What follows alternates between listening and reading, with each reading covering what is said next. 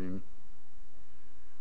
بسم اللہ الرحمن الرحیم الحمد للہ الذی لا یبلغ مدحته القائلون ولا یحصی نعماه العادون ولا یؤدی حقه المجتہدون الذی لا یدرکه بعد الہمم ولا يناله غوث الفتن الذي ليس لصفته حد محدود ولا نعت موجود ولا أجل ممدود ولا وقت معدود فطر الخلائق بقدرته ونشر الرياح برحمته ووتدأ بالصخور ميدان عرضه ثم الصلاة والسلام على أشرف الأولين والآخرين خاتم النبيين الذي دنا فتدلى فكان قاب قوسين وأدنى حبيبنا وحبيب إله رب العالمين أبي القاسم محمد اللهم صل على محمد وآل محمد وعلى آله الأطيبين الأطهرين الغر الميامين المحجلين الذين أذهب الله عنهم الرجس وطهرهم تطهيرا اللهم صل على محمد وآل محمد واللعنة الدائمة على أعدائهم أجمعين من أول يوم ظلمهم إلى لقاء يوم الدين أما بعد فقد قال الحكيم في محكم كتابه العظيم ومبرم خطابه الكريم قوله الحق وهو أصدق القائلين بسم الله الرحمن الرحيم وجعلنا منهم أئمة يهدون بأمرنا وأوحينا إليهم فعل الخيرات صلوات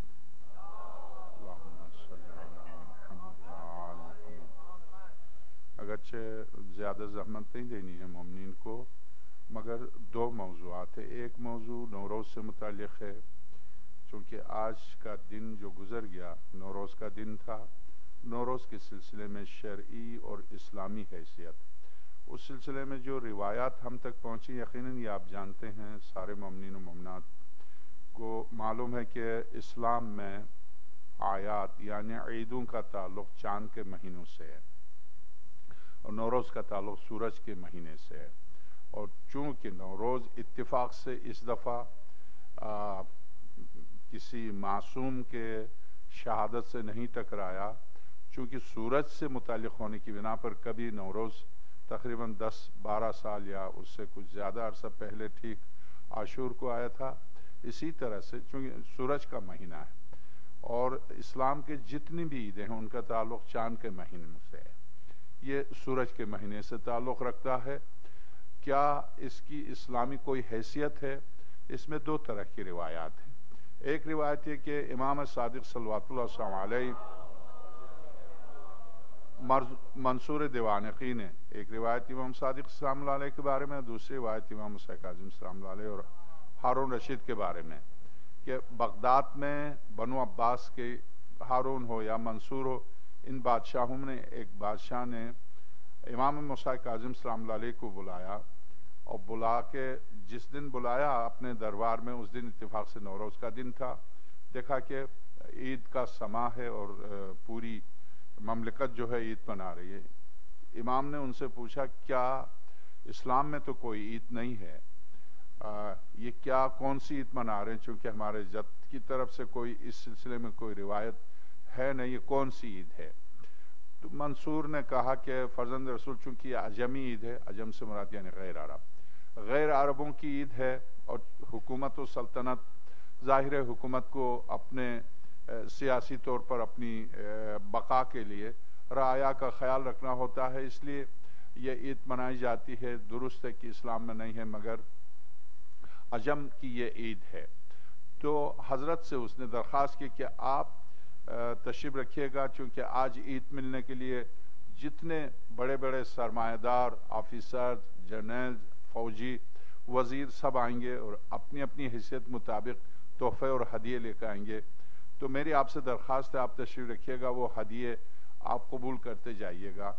شیخ عباس قمی اس واقعے کو پوری تفصیل سے لکھتے ہیں کہ ہدیے لے کے آتے رہے صبح سے شام تک، شام ہو گئی، سب کا آنا بند ہو گیا، تو پتہ چلا کہ ہدیے قبول کرنے والا منصور نہیں ہے بلکہ امام موسیٰ کاظم سلام اللہ علیہ ہیں۔ تو ایک مومن کو جیسے پتہ چلا وہ آیا، اس نے دروازے پر، دروازہ تقریباً بند ہو گیا تھا، اس نے دروازے پر آ کے کہا کہ میرے پاس کچھ بھی نہیں تھا، اگر تم جا کے امام موسیٰ کاظم سلام اللہ علیہ سے اجازت لو کہ میرے جد نے ان کے مظلوم جد کے لیے ایک مرثیہ کہا تھا، میں ہدیے کے طور پر وہ لے کے آیا ہوں اور میرے پاس کچھ بھی نہیں تھا۔ تو حضرت امام موسیٰ کاظم سلام اللہ علیہ نے فرمایا ہاں اس کو اندر لے آؤ۔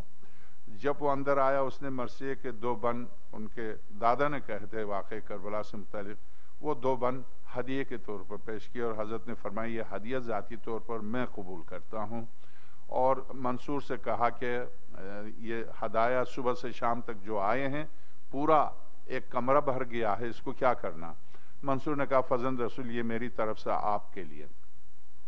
حضرت نے یہ سارے ہدایہ اس شخص کو عنایت کیے جو مرثیے کے 2 بند لے کے آیا تھا، اس سے فرمایا یہ دنیا میں ان 2 اشعار کی جزا ہے، آخرت میں اس سے زیادہ میں تجھے دوں گا، یہ تم کسی مزدور کو لے کے آؤ، یہ سارا تم لے کے چلے جاؤ۔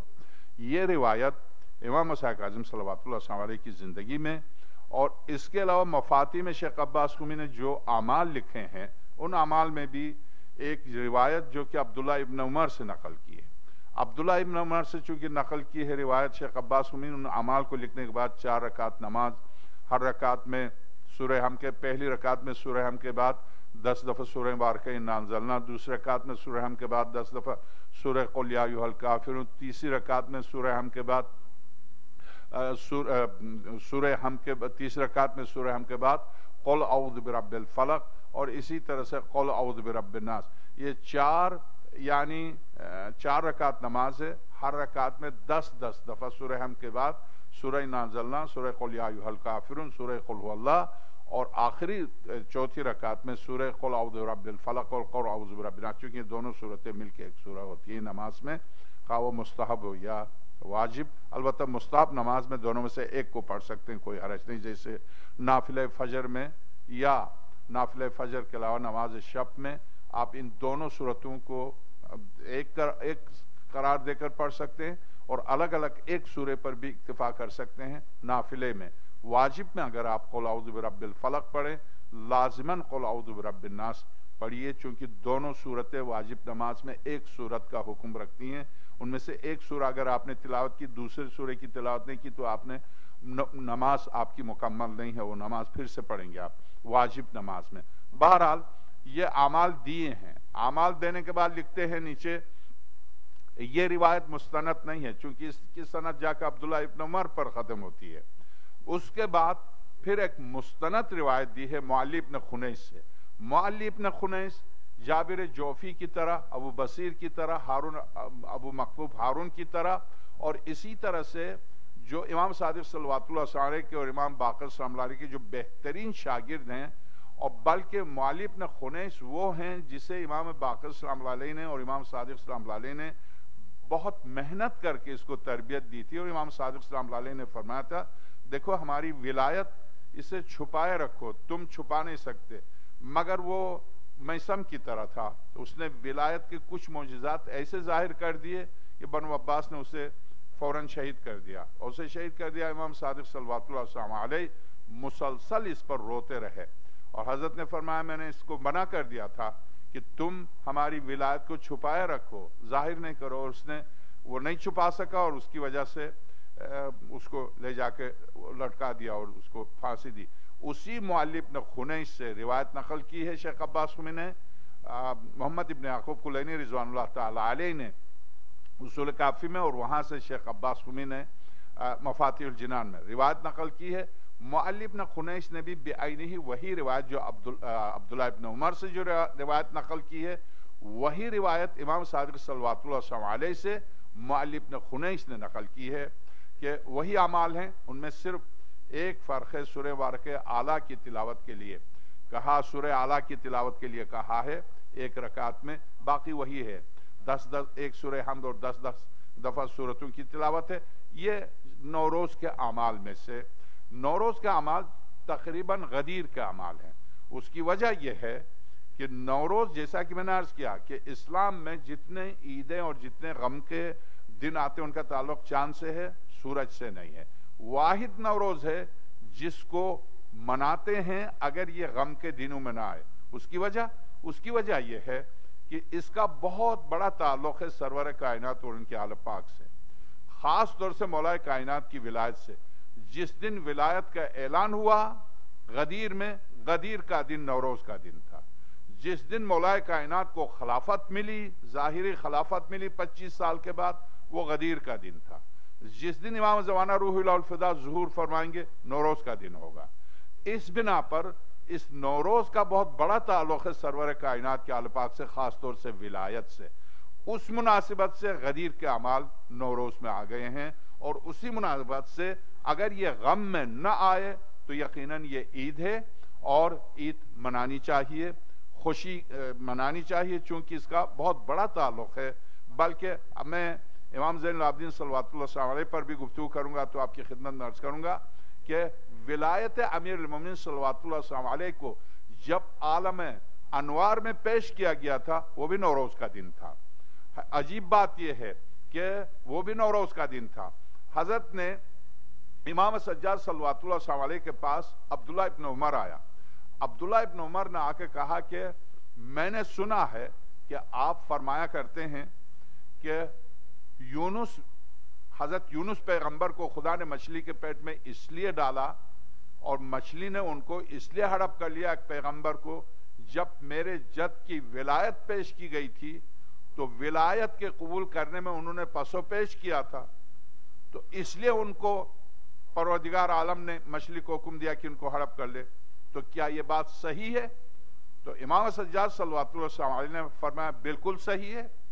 کیا تو یہ چاہے گا کہ اس مچھلی کی زبان سے خود اس گفتگو کو سن لے؟ تو عبداللہ ابن عمر نے کہا کیسے؟ کہا میں ابھی تجھے بتاتا ہوں۔ ایک 4-5 حضرت کے صحابہ تھے، ان میں ابو حمزہ سمالی، جن سے دعائے ابو حمزہ سمالی جو دعائے سحر کی دعا میں سے مشہور دعا ہے، ابو حمزہ سمالی بھی تھے، اور 4-5 اور حضرت کے صحابہ تھے۔ ایک کابل سے مسلسل آتے تھے حضرت کے پاس، وہ بھی موجود تھے۔ جب حضرت نے ان سے کہا کہ کیا تم اس مچھلی کی خود گفتگو سننا چاہو گے؟ تو عبداللہ ابن عمر نے کہا میں بالکل سننا چاہوں گا۔ حضرت اندر تشریف لے گئے اپنے حجرے میں، 4 کپڑے لے کے آئے اور ایک ایک کو دیا، دے کے کہا تم اپنی آنکھیں باندھو۔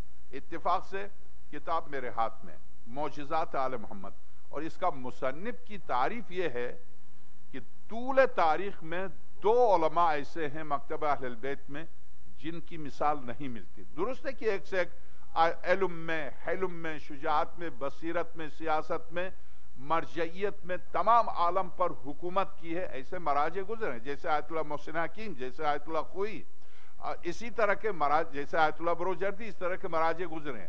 مگر تقدس میں 2 ایسے افراد ہیں جن کو حوض علمیہ نے تقدس کا خطاب دیا تھا، مقدس کا۔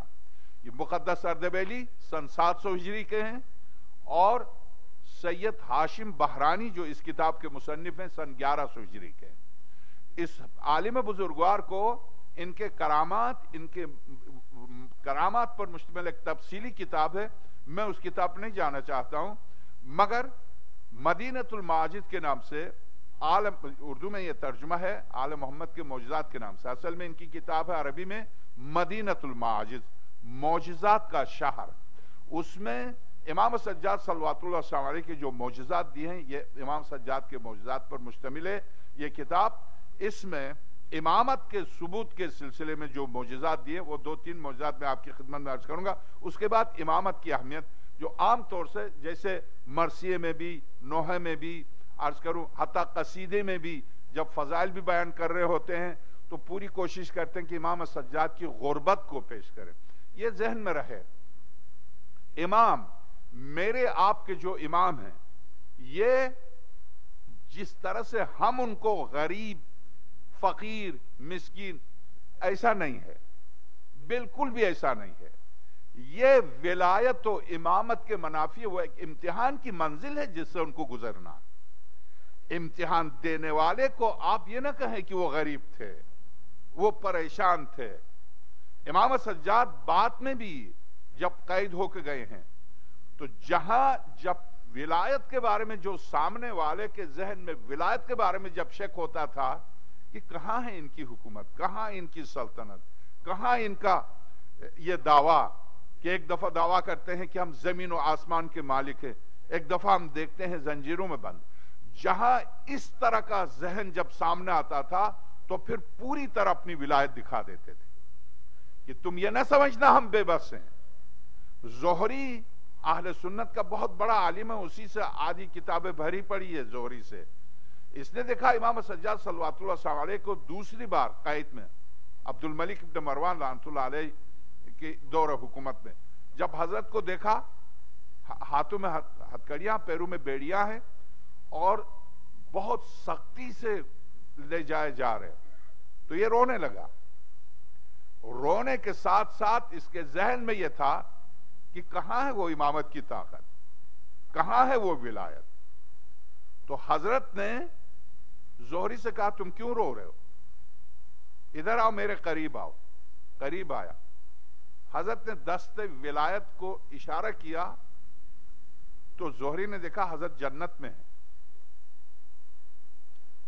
زہری میں بے بس نہیں ہوں، تم مجھے بے بس نہیں سمجھو، میں 2 منزل کے بعد ان سے ہٹ جاؤں گا، یہ میرے ساتھ نہیں ہوں گے، میں ان کے ساتھ نہیں ہوں گا۔ 2 منزل کے بعد حضرت نظروں سے غائب ہوئے۔ یہ جو حضرت کو لے کے جا رہے تھے یہ گئے عبد الملک ابن مروان رحمۃ اللہ علیہ کے پاس، کہا کہاں زین العابدین؟ کہا زنجیریں ٹوٹ گئی تھی، ہماری نظر سے غائب ہوئے، ہمیں نہیں پتا چلا آسمان پر گئے یا زمین پر، یا زمین ہمیں نہیں پتا چلا کہاں گئے، ہم نے دیکھا نہیں، ہم نے نہیں دیکھا کہاں گئے۔ تو عبد الملک ابن مروان نے کہا ٹھیک اسی وقت میرے پاس آئے اور اس وقت تو میں تخت سے گر گیا تھا، انہوں نے ایسا رعب و جلال دکھایا، میرے سامنے آ کر مجھ سے کہا مالک ولی، کیا بات ہے تیرے اور میرے درمیان، کیا دشمنی ہے، کب تم اس دشمنی سے باز نہیں آؤ گے؟ جب یہ جملہ کہا تو میں تخت سے گر گیا تھا۔ میں نے کہا فرزند رسول میری صرف خواہش یہ تھی کہ آپ میرے ساتھ ہوتے، ہاں اس خواہش کی خاطر مجھے قید کر کے بلا رہا کہ میں تمہارے ساتھ ہوں، اپنے ساتھ مجھے بٹھانے کے لیے، مجھے تیرے ساتھ نہیں رہنا ہے، خبردار۔ ایک عبد الملک کہتا اس کے بعد جب نکل گئے تو اب زمین میرے پیروں سے نکل گئی، وہ کہاں گئے مجھے نہیں پتا، مگر تم اس واقعے کو بیان نہیں کرنا، کسی کو بتانا نہیں۔ ایک واقعہ۔ دوسرا واقعہ جب یزید ملعون نے خانے کا مدینے پر حملے کے لیے بسر ابن ارطاد کو بھیجا، جب بسر ابن ارطاد نے مدینے کو تاراج کیا، واقعی کربلا کے بعد مدینے کو جب تاراج کیا تو مسجد خاتم الانبیاء میں گھوڑے بندوائے، 1700 باقرہ لڑکیوں نے ناجائز بچے جنے اس سال۔ جب اس نے سارا ظلم و ستم کیا اور امام سجاد صلوات اللہ علیہ مدینے کو چھوڑ کے باہر گئے تھے، اس نے حکم دیا بسر نے کہ کہاں علی بن الحسین، ان کو لے کے آؤ، میں ان کو قتل کر دوں گا۔ تو راوی کہتا میں جب پہنچا ہوں فوج کو لے کے حضرت کو لینے کے لیے، حضرت میرے سامنے بادل کے اوپر بلند ہوئے، بلند ہو کے جب پرواز کر کے آئے بسر ابن ارطاد کے سامنے، اوپر سے آواز دی بسر۔ بسر نے جب پلٹ کے دیکھا، میں اسی وقت تجھ پر عذاب نازل کر کے تجھے جلا سکتا ہوں، تو باز آئے گا نہیں آئے گا؟ بسر ابن ارطاد جس کے دونوں ہاتھ خون میں رنگین تھے، اس نے کہا فرزند رسول میں صرف آپ کی زیارت کے لیے میں بلا رہا تھا، وہ گر گیا۔ حضرت نے فرمایا خبردار، بہت ہو گیا، بس بند کر۔ اس نے کہا فرزند رسول میں آپ سے معذرت خواہ ہوں۔ حضرت نظروں سے غائب ہوئے۔ ایک بات، دوسری بات، ایک باوز بلند صلوات دیجیے۔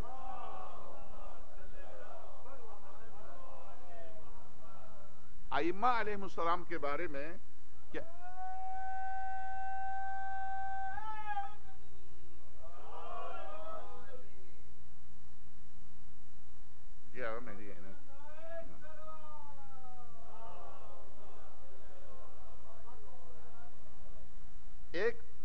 معجزہ، اس کے بعد میں حضرت کی زندگی پر گفتگو کروں گا۔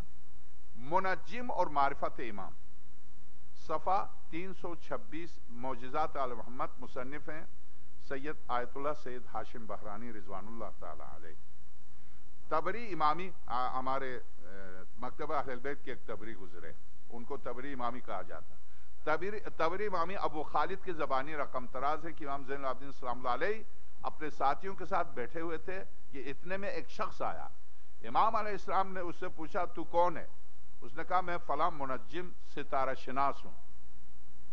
امام علیہ السلام نے اس کی طرف دیکھ کر فرمایا کیا میں تجھے ایک ایسے مرد کے متعلق بتاؤں کہ جتنی دیر تجھے یہاں آئے ہوئے ہوئی ہے، 2 منٹ نہیں ہوئے تھے، وہ ابھی داخل ہوا تھا، حضرت نے فرمایا، اس سے پوچھا تم کون ہو؟ بس اتنی دیر ہوئی تھی، متعلق جتنی دیر تجھے یہاں آئے ہوئی ہے اتنی ہی دیر میں اس نے 14,000 عالموں کی سیر کر لی۔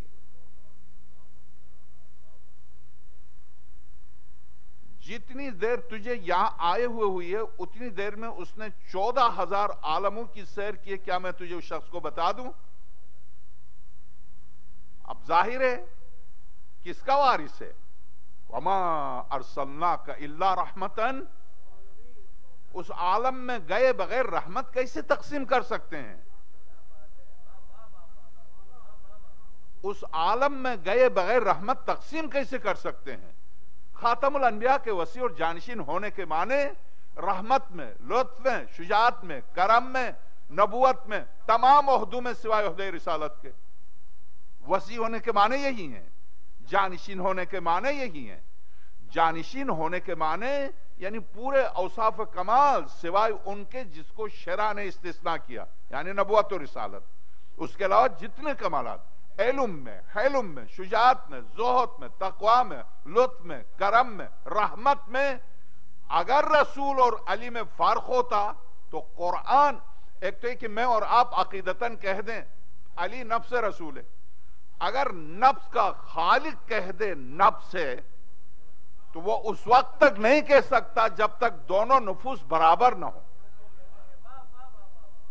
انفسنا قل تعالوا ندعو ابنانا وابناکم ونسانا ونساکم انفسنا وانفسکم۔ جو رسول کا نفس خدا قرار دے رہا چونکہ وہ خالق ہے، خالق اگر ان دونوں نفوس کو برابری کی منزل پر خلق نہ کرتا تو علی کو نفس رسول قرار نہ دیتا۔ کیا معنی؟ سوائے عہدہ رسالت کے باقی نفس رسول ہے، درست نفس رسول ہے۔ تو واقعاً نفس رسول، علی نفس رسول ہے، تو کیا علی نفس رسول ہے؟ سرور کائنات جس طرح سے سرور کائنات نے تعارف کرایا حسین مجھ سے اور میں، کیا معنی اس کے؟ بیائی نہیں وہی ہے، یعنی حسین نفس رسول ہے اور رسول نفس حسین ہے، علی نفس رسول ہے اور رسول نفس علی ہے، فاطمہ نفس رسول ہے اور علی پیغمبر نفس فاطمہ ہے، حسن نفس رسول ہے اور رسول نفس حسن ہے۔ تو اب ہم زیارت میں، ہم سب زیارت میں پڑھتے ہیں، سید الشہداء کی زیارت وارث سے شب جمعہ پڑھتے ہیں، 1,24,000 انبیاء کے وارث، سرور کائنات کے وارث، شہزادی کونین کے وارث، امیر المومنین کے وارث، ساری کائنات اور سارے انبیاء کے وارث کون ہیں؟ حسین۔ اور حسین کے وارث کون ہیں؟ علی ابن الحسین، زین العابدین، علی ابن الحسین۔ تو ایسی صورت میں جو اوصاف علی میں، فاطمہ میں، حسن میں، حسین میں، آدم سے لے کر خاتم تک جو اوصاف جہاں جہاں پائے جائیں گے ان اوصاف یعنی اوصاف کے وارث ہیں، نہ کی طرح کہ آدم نے زمین چھوڑی تو آقا حسین کو ملی، نہیں، وہ آدم کے اولاد میں تقسیم ہوئی ہے۔ نوح نے زمین چھوڑی تو امام حسین کو ملی، نہیں، نوح کی کس چیز کے وارث حسین ہے؟ نوح کے اوصاف کے وارث ہیں۔ تو اوصاف نوح جو صفت نوح میں وہی صفت حسین میں، جو صفت ابراہیم میں وہی صفت حسین میں، جو تمام انبیاء کے صفات کا جامع حسین اور حسین کا جامع زین العابدین۔ تو زین العابدین آقا سید الساجدین کے سلسلے میں صرف یہی روایت آپ کی خدمت میں پیش کیے دیتا ہوں.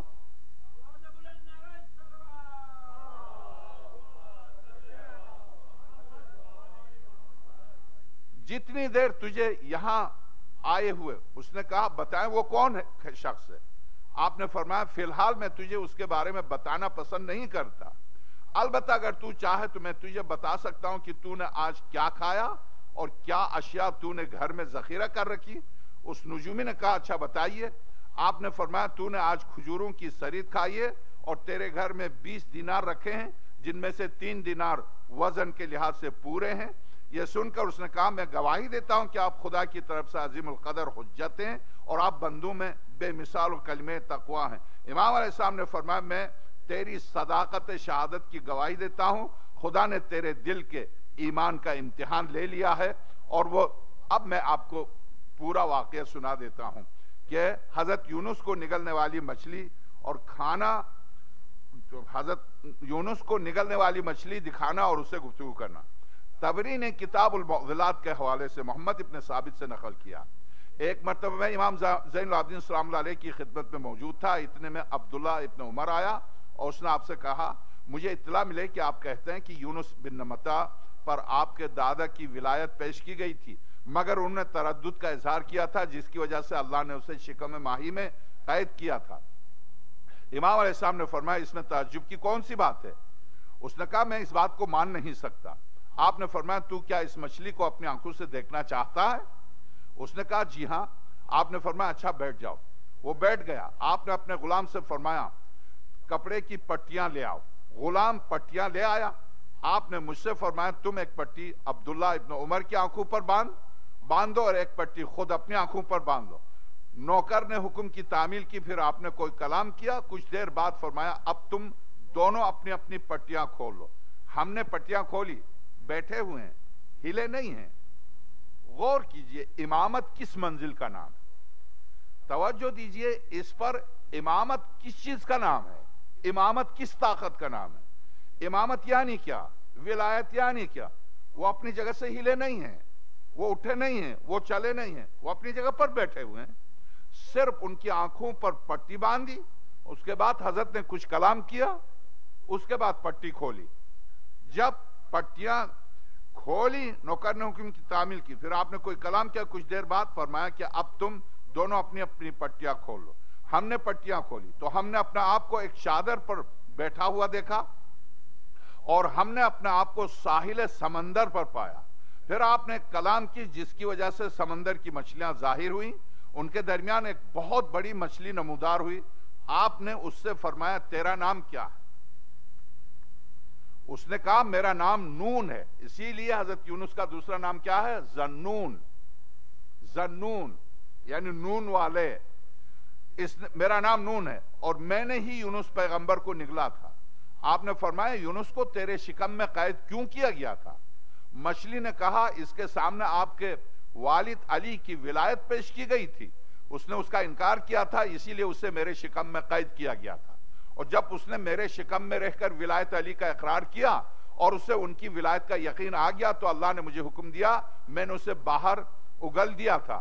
اور جو بھی اہل بیت کی ولایت کا منکر ہوگا اللہ تعالیٰ اسے نار دوزخ کے سپرد کر دے گا جہاں وہ ہمیشہ رہے گا. امام زین العابدین سلام اللہ علیہ نے عبداللہ ابن عمر کی طرف رخ کر کے فرمایا کیا تو نے اس کا جواب سن لیا اور تو نے اسے اپنی آنکھوں سے دیکھ لیا؟ اس نے اس بات میں جواب دیا. پھر امام علیہ السلام نے فرمایا اب تم پھر اپنی آنکھوں پر پٹی باندھ. ہم نے پٹی باندھی. آپ نے زیر لب کچھ کلام پڑھی اور چند لمحات کے بعد فرمایا اب پٹیاں کھولو. جب ہم نے اپنی آنکھوں سے پٹیاں کھولی تو ہم نے دیکھا کہ ہم امام سجاد کے گھر میں ایک چادر پر بیٹھے ہیں. اللہم صلی اللہ علیہ وسلم. عبداللہ ابن عمر نے آپ سے الوداع کہا اور گھر چلا گیا. میں نے کہا مولا آج تو آپ نے ہمیں عجیب چیز دکھائی، میں تو اس پر ایمان لے آیا ہوں. آپ کیا سمجھتے ہیں کہ عبداللہ ابن عمر بھی اس پر ایمان لے آئے گا؟ آپ نے فرمایا اگر تم معلوم کرنے کے خواہش مند ہو تو پھر اٹھو، اس کے ساتھ ساتھ چلو اور اس مشاہدے کے بارے میں اس سے گفتگو کرو. میں اٹھا اور میں اس کے ساتھ چلنے لگا. میں نے اس سے اس کے متعلق گفتگو کی تو اس نے کہا کہ تم اولاد عبد المطلب کے جادو سے ناواقف ہو. اس نے کہا کہ تم اولاد یعنی اب اولاد عبد المطلب میں کون ہے؟ سرور کائنات، امیر المومنین، امام حسن، امام حسین. یہ پوری طرف واضح کھل کے سامنے آ رہا، کھل کے سامنے آ رہا کہ نہ اسے رسالت پر ایمان ہے نہ اسے ولایت پر ایمان. تو اب کہہ رہا کہ تمہیں، میں اٹھا، میں اس کے ساتھ چلنے لگا، میں نے اس سے اس کے گفتگو کی، تو اس نے کہا کہ تم اولاد عبد المطلب کے جادو سے ناواقف ہو. اگر تمہیں ان کے جادو سے واقفیت ہوتی تمہیں اس پر ذرہ برابر بھی حیرانگی کی ضرورت نہ ہوتی. دلائل الامامہ صفحہ 92. تو اب میں آپ کی خدمت میں عرض کروں کہ حضرت کے بارے میں آپ کی نظر میں قید و آزادی یکساں تھی. اب اس واقعے کو جو میں نے عرض کیا آپ کی خدمت میں، صاحب مناقب نے حلیت الاولیاء اور وسیلۃ الملا اور فضائل اب اس سعادات میں نقل کیا. زہری نے کہا جس دن عبد الملک بن مروان نے امام زین العابدین السلام علیہ کو مدینے سے شام کی طرف طلب کیا تو میں امام کی خدمت میں حاضر ہوا. اموی سپاہیوں نے آپ کو زنجیروں میں جکڑ دیا اور آپ کو ایک مسلح دستے کے سپرد کر دیا گیا. میں نے ان لوگوں سے درخواست کی کہ مجھے امام سے ملنے کی اجازت دے دیں تاکہ میں انہیں سلام کر لوں اور الوداع کہہ لوں. محافظوں نے بڑی مشکل سے مجھے اس کی اجازت دی. میں آپ کے پاس گیا تو میں نے دیکھا آپ کے پاؤں میں زنجیریں پڑی تھیں اور ہاتھوں میں ہتکڑیاں تھیں. یہ منظر دیکھ کر میں رونے لگا. عرض کیا کاش آپ کی جگہ میں قید ہوتا اور آپ آزاد ہوتے. امام علیہ السلام نے یہ فریاد سن کر فرمایا زہری کیا تم میری گردن میں توق اور ہاتھوں میں زنجیر دیکھ کر یہ سمجھتے ہو کہ مجھے اس سے تکلیف و بے چینی ہو رہی ہے؟ اگر میں چاہوں تو میں ان زنجیروں سے آزاد بھی ہو سکتا ہوں. یہ فرما کر آپ نے اپنے ہاتھ پاؤں ہتکڑیوں اور بیڑیوں سے نکال لیے اور فرمایا زہری میں 2 منزل بعد محافظوں سے علیحدہ ہو جاؤں گا. زہری کا بیان ہے کہ ابھی 4 ہی راتیں گزری تھی کہ امام کے نگراں اور محافظ آپ کی تلاش میں مدینہ پہنچ گئے. انہیں آپ کا کہیں پتہ نہ چلا. میں نے سرکاری محافظوں سے واقعہ دریافت کیا تو انہوں نے کہا کہ ہم نے یہ دیکھا کہ ان کے پیچھے بہت سے لوگ چل رہے تھے اور ان کے آگے آپ چل رہے تھے. ہم ان کے گرد تمام رات جاگتے رہے اور ان کی نگہبانی کرتے رہے اور جب صبح ہوئی تو ہودش میں ہتکڑیوں اور بیڑیوں کے علاوہ ہمیں کچھ دکھائی نہ دیا. راوی کا بیان ہے کہ اس کے بعد میں عبد الملک کے پاس پہنچا تو اس نے مجھ سے امام زین العابدین السلام علیہ کے متعلق پوچھا. میں نے بتایا کہ وہ محافظوں کو یعنی ان کی آنکھوں میں جل دے کر کہیں نکل گئے ہیں. یہ سن کر عبد الملک نے کہا جس دن وہ محافظوں کی نظروں سے غائب ہوئے اس دن وہ میرے پاس تشریف لائے تھے اور انہوں نے بڑے باروب اور پرجلال انداز سے خطاب کر کے مجھ سے کہا میرے اور تیرے درمیان کیا دشمنی ہے اور آخر تو میرے در پہ کیوں ہے؟ میں نے کہا میں چاہتا ہوں کہ آپ میرے یہاں قیام کریں. امام نے انکار کیا اور میرے دربار سے چلے گئے. خدا کی قسم اس دن میں ان کے روب سے اتنا مرعوب ہوا کہ میرا جسم خوف سے لرزنے لگا، کانپنے لگا. میں یہاں پر بس اپنی گفتگو کو یہاں سے آگے، امامت کسی بے بسی کا نام نہیں، امامت حجت خدا کا نام ہے. جب کسی کوئی طاقت خدا دے رہا تھا جس کی وجہ سے فرشتوں نے کہا کہ ہمیں کیوں نہیں دے رہا، فرشتوں کو، جبریل کو، اسرائیل کو، میکائیل کو، ان فرشتوں کو اتنے بڑے بڑے عہدے دیے پروردگار عالم نے، اس کے باوجود خلافت کی تمنا کرنا کہ ہم میں سے کسی کو نہیں دے رہا. کیوں نہیں دے رہا؟ اس کے کیا معنی ہے؟ اس کے معنی یہ ہوئے کہ فرشتے بھی جانتے تھے جنہیں خدا خلافت و نیابت دے رہا ہے وہ اور ہے، ہمیں جو طاقت دی ہے وہ اور ہے. اس طاقت الہی کا نام ولایت ہے، اس قدرت الہی کا نام ولایت ہے. امام جو امیر المومنین جس طرح سے پیغمبر مدینے میں خاموش تھے، مکے میں خاموش تھے، مدینے میں آ کے جنگ کی. مکے میں بھی وہی پیغمبر تھے جو مدینے میں تھے. مکے میں سورج کو پلٹایا، جنگ نہیں کی. چاند کے ٹکڑے کر کے دکھایا، جنگ نہیں کی. کھڑے درخت کو چلا کے دکھایا، جنگ نہیں کی. جنگ کر سکتے تھے وہاں بھی، جنگ نہیں کی. کیوں؟ حکم خدا نہیں تھا. مدینے میں آئے تو پیغمبر وہی تھے اور جب مدینے میں آئے تو سرور کائنات نے 85 جنگیں لڑی جبکہ مکے میں ایک جنگ بھی نہیں لڑی. زخمی ہونا گوارا کیا. سرور کائنات کا زخمی ہونا پیغمبر خدا کی بے بسی نہیں ہے تو میرے آقا زین العابدین کا زنجیر میں ہونا بھی بے بسی نہیں ہے. سرور کائنات کا سر سے پیر تک خون بہ جانا، اس کے باوجود پیغمبر سورج کو پلٹا سکتے ہیں، تو زین العابدین اسی پیغمبر کا وارث ہے جو سورج کو پلٹاتا ہے، اسی پیغمبر کا وارث ہے جو چاند کو ٹکڑے کرتا ہے۔ ورنہ 14,000 عالموں کا سفر ایک آن واحد میں طے کرنا، یہ سوائے ولایت کے، اسی کو کہتے ہیں تفسیر 5 جلدوں پر مشتمل ہے، عارف ہیں یعنی عرفا، چونکہ اس موضوع سے متعلق سوائے عرفان والوں کے دوسرے اس موضوع میں بہت مشکل ہے دوسروں کا سمجھنا۔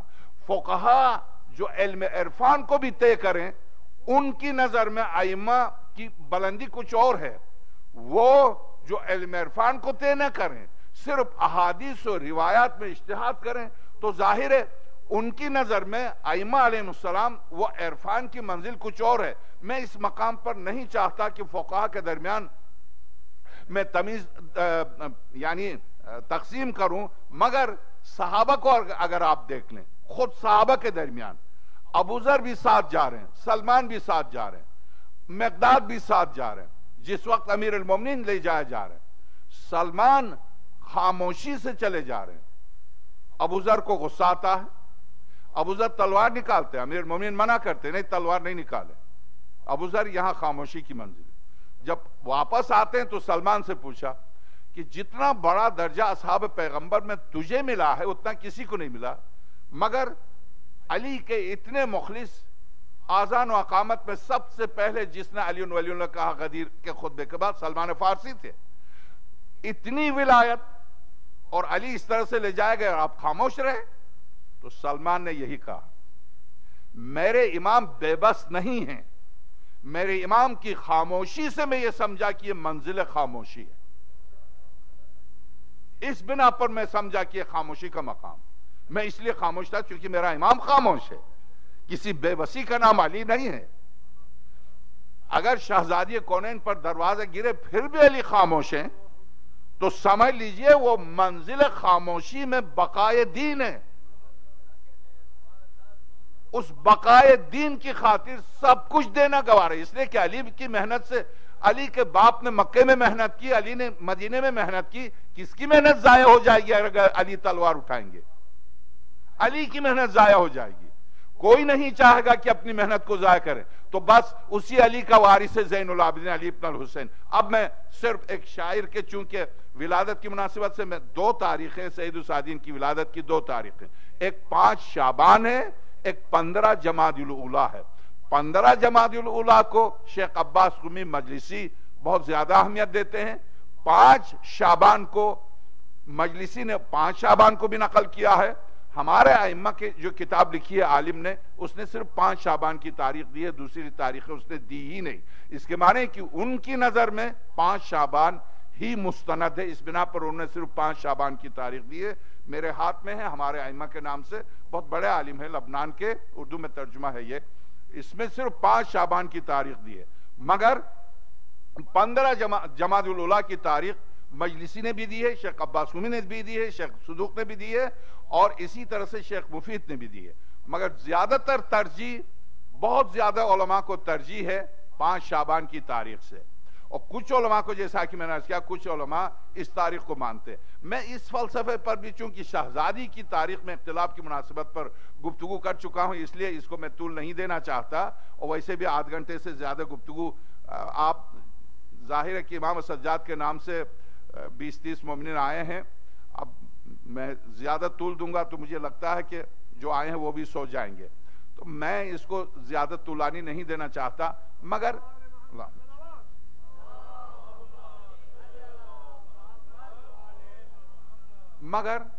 امام سجاد پر پوری تفصیل سے ان کی ولایت پر گفتگو کے لیے اب وقت نہیں ہے۔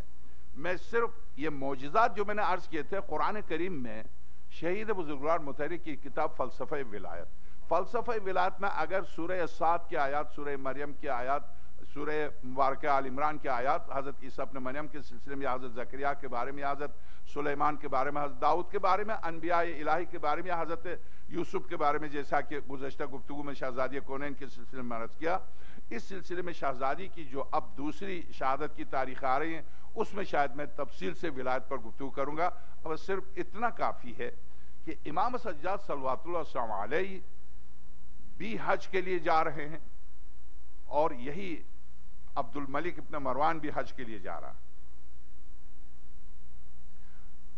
جب عبد الملک داخل ہوا حرم الہی میں، کون عبد الملک، کون بادشاہ؟ وہاں ظاہر مالک الملوک کی بارگاہ میں سب برابر ہیں، تو کسی کو خبر نہیں تھی عبد الملک ہے۔ عبد الملک نے پوری کوشش کی کہ حجر اسود کو بوسہ دے، نہیں دے سکا۔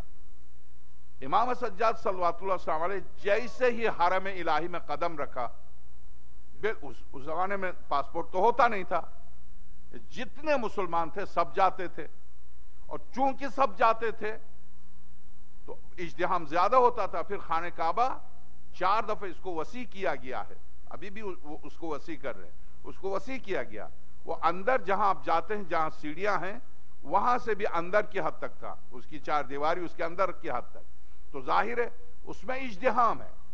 اس ازدحام میں حشام عبد الملک ابن مروان داخل ہوا ہے، کسی کو کوئی پرواہ نہیں ہے کون ہے حشام، کون عبد الملک، مگر میرے آپ کے چوتھے امام جب داخل ہوئے تو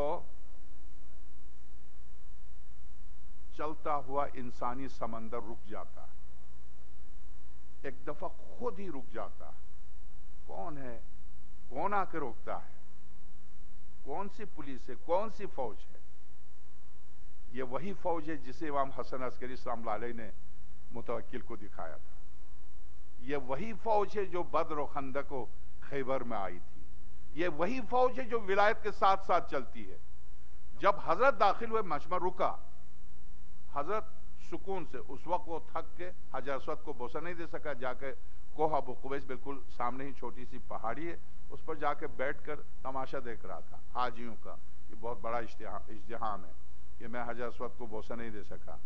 تو فرزدق شاعر جو امام زین العابدین کا دربار امامت کا شاعر تھا، وہ بھی وہاں موجود تھا۔ اس نے، حشام ابن عبد الملک نے دیکھا کہ چلتا ہوا انسانی سمندر بغیر کسی فوج، بغیر کسی پولیس کے رک گیا، اور ایک شخصیت جو حرم الہی میں قدم رکھتے ہی سکون و اطمینان سے حجر اسود کی طرف بڑھ رہی ہے۔ جب اس نے دیکھا کہ اس سے اس کی خفت ہے، اس کی ذلت ہے، اس نے اپنی ذلت کو چھپانے کے لیے کہا، یہ کون ہے؟ کون ہے یہ؟ ایک تو یہ کہ انسان عظمت و جلالت و بلندی کو اونچا کرنے کے لیے کہا، یہ کون ہے؟ ایک یہ کہ آپ اسی لفظ کو کہتے ہیں، کہنے کا انداز یہ ہے، کون ہے یہ؟ کون ہے یہ؟ کون ہے یہ؟ دونوں میں فرق ہے، انداز گفتگو میں فرق ہے۔ کون ہے یہ؟ اس میں ان کی عظمت کے بارے میں تعجب ہے۔ کون ہے یہ؟ یہ حقارت ہے۔ اس نے جب حقارت سے کہا کون ہے یہ، تو ولایت اسی کا نام۔ جب امامت پر خواہ اشارتاً بھی توہین ہو تو آگے بڑھے، جھکا دے گردن، اس لیے کہ یہ گردنیں اسی لیے، یہ جو قربانی کے آپ حیوانات کاٹتے ہیں وہ خدا نے ہمارے لیے پیدا کیے، ہم انہی کے لیے پیدا ہوئے، یہ ہماری گردنیں انہی کے لیے، جھکا دے گردن ولایت کے مقابلے میں۔ جب حشام اس نے کہا کہ یہ کون ہے، تو فرزدق نے کہا، یا سائلی این حل الجود والکرم عندی بیان اذا طلاب قد قدموا هذا الذي تعرف البطحاء وطاعته والبيت يعرفه والحل والحرم۔ اے سوال کرنے والے، یہ کون ہے؟ تو تیرے اس طرز سوال سے ان کی توہین نہیں ہوتی ہے۔ میں تجھے، کمال ہے، تلوار جس کے ہاتھ میں، جس کی تلوار سے خون ٹپک رہا ہو، اس کے سامنے اس دلیری سے کہہ دینا۔ میرے آقا زین العابدین سلام اللہ علیہ نے اسے 40,000 دینار بھیجے، اس کے بعد آپ نے لکھ کے بھیجا، تیری زبان پر جبریل بول رہا تھا۔ اس نے کیا کہا؟ ھذا الذی تعرف البطحاء وطاعته، جس کی معرفت سے تو انکار کرتا، تیرے انکار کرنے سے کوئی فرق نہیں پڑتا۔ یہ وہ ہے جسے خانہ کعبہ کی دیواریں جانتی ہیں، یہ وہ ہے جسے ہل جانتا، حرم جانتا، والبیت یعرفہ والحل والحرم، حرم جانتا اور گھر جانتا، جس کی طرف جا رہا یہ گھر اسی کا گھر ہے جس کا تو طواف کرنے آیا ہے۔ ھذا ابن خیر عباد اللہ کلہم، کائنات کل میں سب سے افضل ترین فرد ہے جس کے بارے میں تو پوچھ رہا. ھذا التقی النقی الطاہر العلم، یہ تقوی کی منزل پر متقیوں کا امام، یہ پاک و پاکیزہ جس کی طہارت کی خدا نے گواہی دی ہے، یہ وہ ہے. ھذا الذی احمد المختار والدہ، نہیں جانتا؟ کاش تو کلمہ صحیح پڑھتا تو جان چکا ہوتا، اس لیے کہ احمد مختار اس کا باپ ہے جس کا تو کلمہ پڑھ رہا. ھذا الذی احمد المختار والدہ صلی علیہ الہ ما جر القلم، سب سے پہلے خدا نے کائنات کو خلق کر کے جب قلم کو خلق کیا تھا تو قلم نے سب سے پہلے اسی کے باپ پر درود لکھ دیا تھا. یہ اسی کا باپ تھا، یہ اسی کا فرزند ہے اگر تو نہیں جانتا. اس کے بعد کہتے ہیں لو یعلم الرکن من قد جاء یستلم، کاش اگر اس حجر اسود کو پتا چل جائے کہ کون اس کی طرف بڑھ رہا ہے. مجالے جو یہ حجر اسود کو بوسہ دے، حجر اسود بلند ہو کر آ کے قدموں پر گر جائے گا، اور قدموں پر گر جائے گا. عجیب ہے، کہتا ہے کہ ھذا لو یعلم الرکن من قد جاء یستلم خر یلسم منہ ما وطی القدم. اگر در و دیوار کو پتا چل جائے، خانہ کعبہ کو پتا چل جائے کہ کون اس کی طرف آ رہا، خانہ کعبہ اپنی جگہ سے بلند ہو کر آ کے کہہ دے فرزند رسول بس رک جائیے، میں آپ کی قدم بوسی کے لیے آگے بڑھتا ہوں، آپ میرے پاس نہ آئیے. ھذا علی رسول اللہ والدہ، یہ علی ہے جس کے والد رسول خدا ہیں. امسد بنور خدا تہتدی الامم، اسی کے نور سے کائنات ہدایت پا جاتی ہے. ھذا الذی امہ الطیار جعفر والمقتول حمزہ لیس حبہ قسم. میں صرف دو مصرے اذا رأتہ قریش قال قائلہا الی مکارم ھذا ینتہی الکرم، جب قریش دیکھتے ہیں تو فوراً دیکھتے ہی کہتے ہیں جو مکارم اخلاق اور لطف و کرم کی انتہا اگر ہوتی ہے تو اسی پر جا کے انتہا ہوتی ہے، اسی کے دروازے پر. یکاد یمسک عرفان راحتہ رکن الحتیم اذا ما جاء یستلم، قریب ہے کہ حجر اسود، یہاں پر بس ایک معجزہ اس کے بعد گفتگو ختم. قریب ہے کہ حجر اسود اپنی جگہ سے بلند ہو اور آ کے ان کے قدموں کو چوم کے کہہ دے فرزند رسول، اس لیے کہ امام حجر اسود کا بھی امام ہے، خانہ کعبہ کا بھی امام ہے، کائنات زمین سے آسمان تک جو امام ہے ہر ذرہ ان کی امامت میں شامل ہے. جن کی امامت میں حجر اسود شامل ہے وہ کیوں حجر اسود کو جا کے چومے؟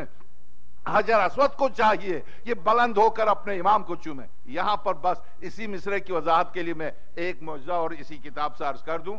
جب محمد حنفیہ نے واقع کربلا کے بعد امامت کا دعویٰ کیا، پورا واقعہ دیا، میں تفصیل سے نہیں عرض کروں گا، میں 5 شعبان کو اگر زندگی رہی تو انشاءاللہ تفصیل سے سید الساجدین، مناسب نہیں ہے سید الساجدین کی ولادت و باسعادت، 2 ہستیوں کا عطیہ ہے دین اس وقت، یا تو شہزادی زینب یا زین العابدین. اور زین العابدین کی عظمت و جلالت کے سلسلے میں ہمارے قمر نے بہت صحیح کہا، کنور نے بہت صحیح کہا کہ جو شعراء ہیں، خطباء ہیں، ان کو چاہیے جس معصوم کا دن ہو اس معصوم کے لیے تیاری کر کے آئے، چونکہ اس معصوم کا حق ہے میری آپ کی گردن پر، امیر المومنین پر، امام حسین پر. ہم زندگی بھر کرتے رہیں درست، مگر دوسرے ائمہ کا بھی حق ہے میری آپ کی گردن پر. یقین جانیے جتنا کربلا کا حق ہے اتنا امام باقر کا حق. امام باقر نے واقع کربلا کو زندہ کیا اپنے علم کے ذریعے، امام صادق نے علم کے ذریعے اس دین کو زندہ کیا. تو اس بنا پر ہر امام کا حق ادا کرنے کی کوشش کیجئے اور پوری طرح کوشش کیجئے کہ اسی امام پر ایک ذخیرہ ہے ماشاءاللہ اردو میں کوئی کمی نہیں ہے، بہت بڑا ذخیرہ ہے. تو میں عرض کروں جب محمد حنفی نے دعویٰ امامت کیا تو یہ جو شاعر فرزدق کہہ رہا کہ اگر حجر اسود کو پتہ چلے کون آ رہا ہے تو حجر اسود کو چاہیے کہ بلند ہو کر آئے امام وقت کے قدموں کو چومے. یہ کیوں کہہ رہا یہ مصرع؟ اس لیے کہ جب واقع کربلا کے بعد دنیا تھی، پوری دنیا، اس واقعے کو سلفی ابن اسیر سلفی نے تاریخ کامل میں لکھا. ابن اسیر نے تاریخ کامل سلفی ہے اس واقعے کو لکھا. حیرت کی بات، یہ واقعہ بہت حلیت الاولیاء میں، اسی طرح سے یعنی کنز العمال نے، اہل سنت کے اکثر علماء نے اس واقعے کو لکھا. اس کے میں ویسے تو میں پڑھتا رہا ہوں، مگر آج جب میں نے اس واقعے کے پورے پس منظر کو دیکھا کہ کیا صرف مکتب اہل البیت میں یہ روایت آئی ہے، پتا چلا کہ ایک پوری لمبی فہرست اہل سنت کی اس واقعے کی سید الساجدین کی امامت کے سلسلے میں. کہتے ہیں کہ جب محمد حنفیہ نے امامت کا دعویٰ کیا مکے میں امام سجاد سلام اللہ علیہ نے فرمایا چاچا میں پناہ مانگتا ہوں کہ آپ جاہلوں میں سے ہوں، آپ علی کے فرزند ہیں، آپ علم کے دامن میں پلے، امامت کا وارث میں ہوں، آپ نہیں ہیں۔ تو حضرت محمد حنفیہ نے کہا فرزند رسول دلیل پیش کیجئے۔ تو حضرت نے فرمایا، امام سجاد سلام اللہ علیہ نے فرمایا اس کو علل و شرائع میں شیخ صدوق ابن بابوی نے کسی اور انداز میں دیا، انہوں نے کسی اور انداز میں دیا ہے، اور انہوں نے کسی اور انداز میں دیا، مگر سب کو ملا کے میں آپ کی خدمت میں گلدستے کے طور پر پیش کرنے کی کوشش کروں گا کہ مجلسی نے کسی اور انداز میں دیا، مگر مفہوم سب کا ایک ہی ہے کہ جب حضرت سید الساجدین نے فرمایا چاچا کس کی گواہی چاہتے ہیں، کیا حجر اسود کی گواہی چاہتے ہیں؟ تو حضرت محمد حنفیہ نے کہا دیکھیے انسانوں کی گواہی کے بجائے آپ پتھر کی گواہی دلا رہے ہیں۔ تو حضرت نے فرمایا بات تو وہ ہے جس کی گواہ پتھر تک دے، انسان اگر گواہی دے تو عین ممکن ہے کہ آپ کہیں کہ آپ نے ان سے بات کی ہے، اگر وہ میرے حق میں گواہی دے، عین ممکن ہے میں اعتراض کروں اگر آپ کے حق میں گواہی دے تو میں اعتراض کروں کہ آپ نے چھپ کے جا کے ان سے، پتھر سے کوئی چھپ کے بات تو نہیں کر سکتا، پتھر تو صرف وہی کہے گا جو حق ہے۔ تو پتھر جب خاتم الانبیاء کے ہاتھ پر کلمہ پڑھ سکتے ہیں اور یہ کہا پتھر بول سکتا، جی ہاں چاچا آپ کو نہیں پتا یہ پتھر کان رکھتا ہے، جب آپ دعا پڑھتے ہیں تو کہتے ہیں سن لیجئے، اگر یہ نہیں سنتا تو آپ کیوں سنا رہے ہیں؟ حج کرتے وقت اس کے سامنے کھڑے ہو کر یہ سنتا ہے، اس کی آنکھیں ہیں، اس کے کان ہیں، یہ مجسم ہو کے میدان محشر میں آ گئے، 1,24,000 انبیاء کی نبوتوں کا گواہ ہے، امامتوں کی امامت کا گواہ ہے، تو یہ گواہی دے تو آپ مان جائیں۔ کہا کیسے نہیں مانوں گا، میں آپ کے قدموں کو چوموں گا۔ چلے حجر اسود کے پاس، تو حضرت امام زین العابدین سلام اللہ علیہ نے فرمایا کہ چاچا آپ بزرگ ہیں، آپ حجر اسود سے سوال کریں۔ تو حضرت محمد حنفیہ آگے بڑھے، کہا اے حجر اسود تو ساری کائنات کے اعمال کا جو حج پر آتے سب کا گواہ ہے، اگر میں حسین ابن علی سلام اللہ علیہما کی شہادت کے بعد حجت خدا ہوں، امام ہوں، تو تو میری امامت کی گواہی دے۔ تو ظاہر ہے خاموش۔ اب انہوں نے کہا بیٹے علی آپ آگے بڑھیے۔ آقا امام زین العابدین سلام اللہ علیہ آگے بڑھے، کہا یہ حجر تجھے واسطہ دیتا ہوں میرے جد رسول خدا کی نبوت و رسالت کا، میرے بابا علی کی ولایت کا، حسن مجتبیٰ کی امامت اور حسین سید الشہداء کی شہادت کا، اور میری جدہ فاطمہ کی عصمت کا۔ واقع کربلا کے بعد حجت خدا روی زمین پر کون ہے؟ تو گواہ ہے، گواہی دے۔ تو ابن اسیر نے لکھا ہے حرکت آ گئی پتھر میں، حرکت آ گئی، اپنی جگہ سے بلند ہو کے پتھر نے آواز دی۔ حسین ابن علی کے بعد علی ابن الحسین زین العابدین کائنات کے حجت ہیں۔ اللہم صلی اللہ۔ یہ مصرع جو فضلق نے کہا اسی واقعی کی طرف اشارہ ہے۔ حجر اسود اگر دیر ہو جائے تو حجر اسود کو پتہ چل جائے کون چومنے آ رہا، وہ اپنی جگہ سے بلند ہو کے آئے گا کہ امام میرے امام آپ کہاں مجھے چومنے آ رہے ہیں، میں آپ کے قدموں پر گر جاؤں گا۔ خدا ہمیں امامت و ولایت کی معرفت سے نوازے، یہی دین ہے، یہی سب کچھ ہے، یہی آئین زندگی ہے۔ پروردگار تجھے اسی زین العابدین کا واسطہ ہے جو مومن و مومنات بیمار انہیں شفا کاملہ عاجلہ عطا فرما، جو بے روزگار ہونے رزق حلال عطا فرما، جو برسہ روزگار ان کی روزی میں برکت عنایت فرما، جو حج و زیارت کے متمنی ان کی تمنا پوری فرما۔ پروردگار ہمارے تمام شہداء جو اس مکتب کی بقا کے لیے شہید ہوئے ہیں ان شہداء کو شہداء کربلا کے ساتھ محشور فرما۔